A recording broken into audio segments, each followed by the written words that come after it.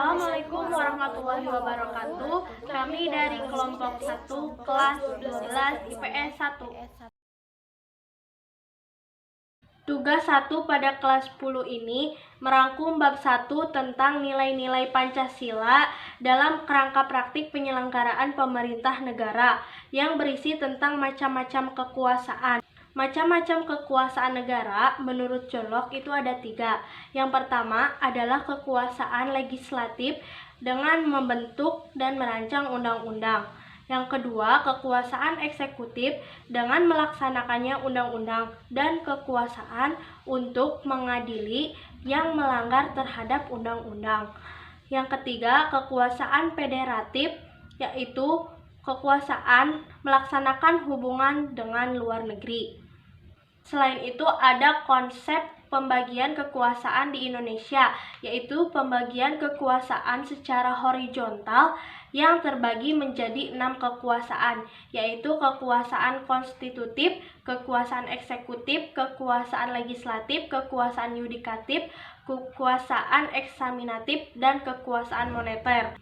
Dan pada bab ini kami ditugaskan mencatat presiden serta kabinetnya, yaitu Soeharto dengan 10 kabinet, Soeharto dengan 7 kabinet, B.J. Habibie dengan 1 kabinet, yaitu kabinet reformasi, Abdurrahman Wahid dengan 1 kabinet, kabinet Persatuan Nasional, Megawati dengan 1 kabinet gotong royong, Susilo Bambang Yudhoyono dengan 2 kabinet, dan Joko Widodo dengan 1 kabinet kerja. Dan ditugaskan pada halaman 44 tabel 2.2 dan 2.3 tentang identifikasi permasalahan-permasalahan yang melibatkan Indonesia dengan negara lain yang berkaitan tentang permasalahan pembatasan. Tugas 2 yaitu merangkum bab 2 tentang ketentuan Undang-Undang Dasar Negara Republik Indonesia tahun 1945 dalam kehidupan berbangsa dan bernegara, menjelaskan tentang wilayah Negara Kesatuan Republik Indonesia, yang menjelaskan wilayah laut negara Indonesia yang terbagi menjadi 3, zona teritorial, zona landas kontinen, dan zona ekonomi eksklusif. Bab 3. Menjelaskan tentang kewenangan lembaga-lembaga negara berdasarkan Undang-Undang Dasar Negara Republik Indonesia 1945 yang menjelaskan suprastruktur politik yang terdapat kekuatan infrastruktur politik antara lain partai politik, kelompok kepentingan, kelompok penekanan, dan media komunikasi politik. Suprastruktur juga memiliki lembaga tinggi yaitu MPR, DPR, DPD, Presiden atau Wakil Presiden, MA, MK, KY, dan BPK. Bab 4. Menjelaskan tentang hubungan struktural dan fungsional pemerintah pusat, menjelaskan desentralisasi dan otonomi daerah dalam konteks Negara Kesatuan Republik Indonesia. Pada bagian A, terdapat pengertian desentralisasi dan otonomi daerah. Otonomi daerah dalam konteks Negara Kesatuan, landasan hukum dan penerapan otonomi daerah Indonesia dan nilai, dimensi, dan fungsi otonomi daerah Indonesia.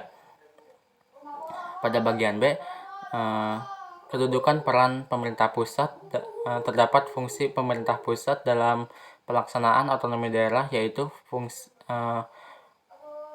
layanan, fungsi pengaturan, dan fungsi pemberdayaan.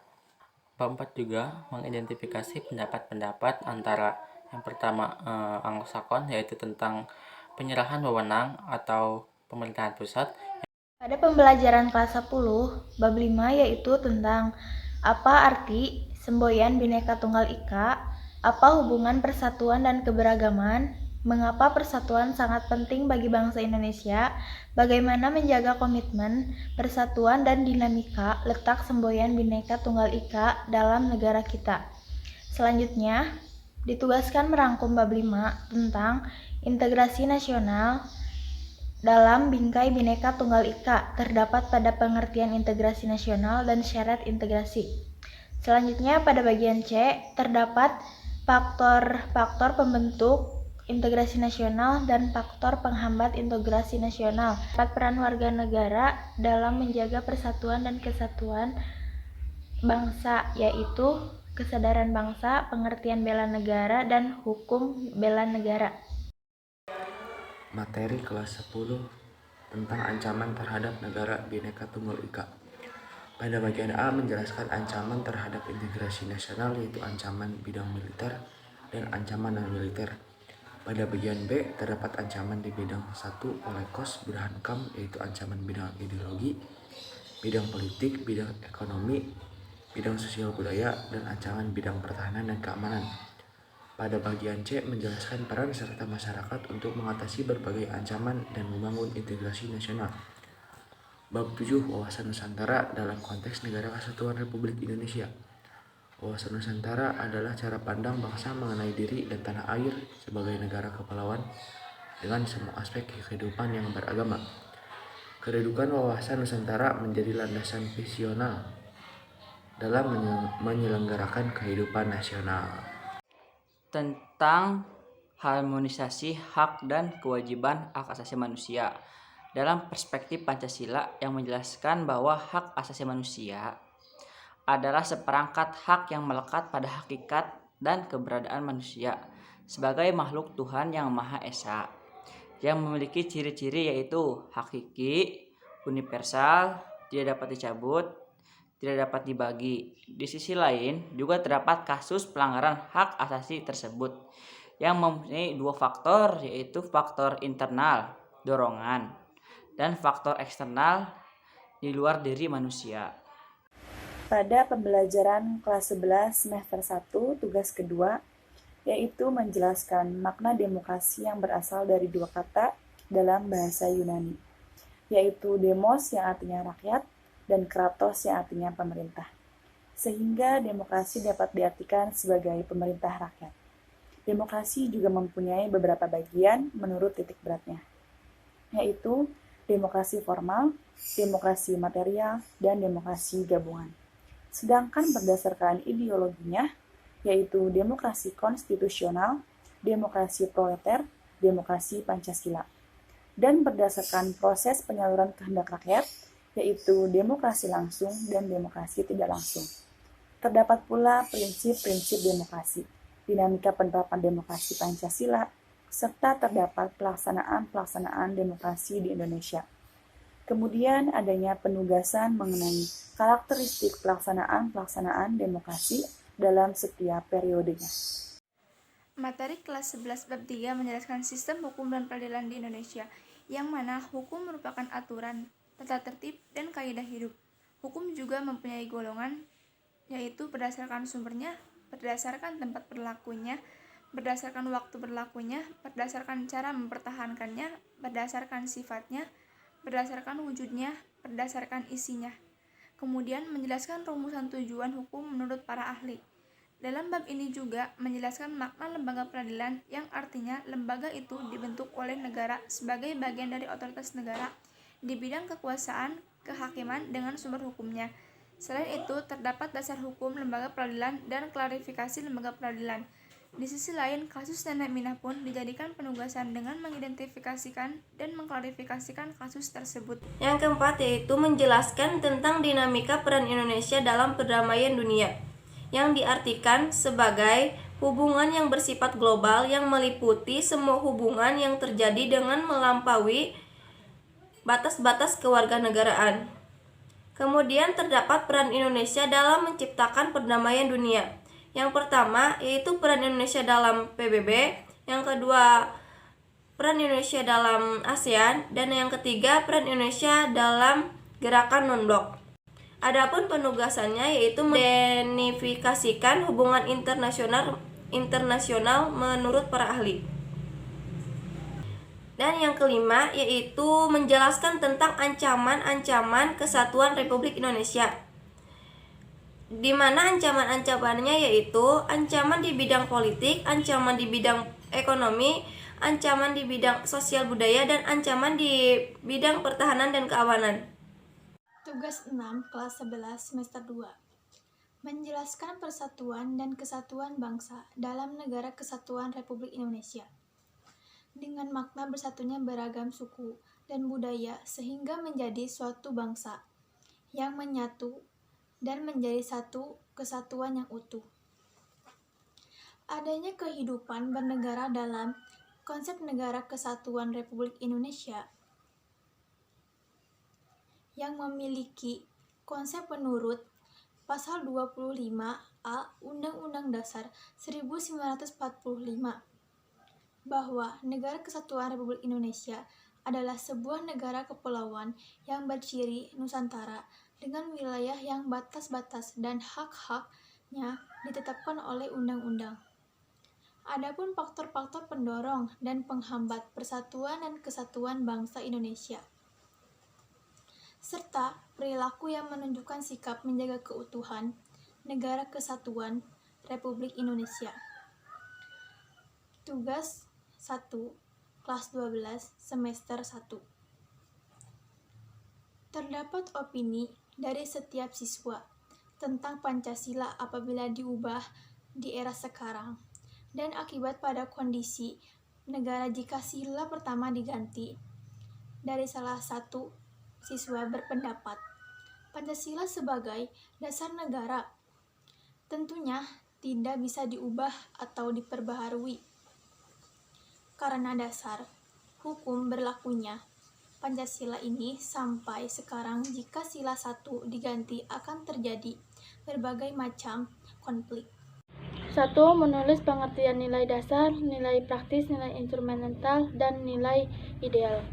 Nilai dasar adalah nilai yang sifatnya tidak akan berubah, sedangkan nilai instrumental nilai yang sebagai nilai dasar dan bersifat dinamis. Nilai praktis adalah nilai yang diaplikasikan oleh masyarakat dalam kehidupan sehari-hari dan dapat berubah dari waktu ke waktu. 2. Jelaskan apa hak dan kewajiban sila kedua berdasarkan nilai praktis, yaitu untuk mendapatkan kehidupan yang layak, sedangkan untuk kewajiban yaitu memberikan gaji sesuai dengan kinerja karyawan. 3. Membaca dan menjawab dari buku halaman 20-22 tentang hak warga negara dan tingginya angka putus sekolah jadi kendala wajib belajar 12 tahun.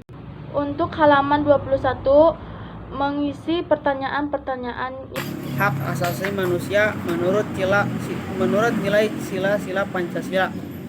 Yang pertama, yaitu bebas memeluk agama yang dipercaya oleh setiap individu yang diakui oleh Indonesia secara undang-undang.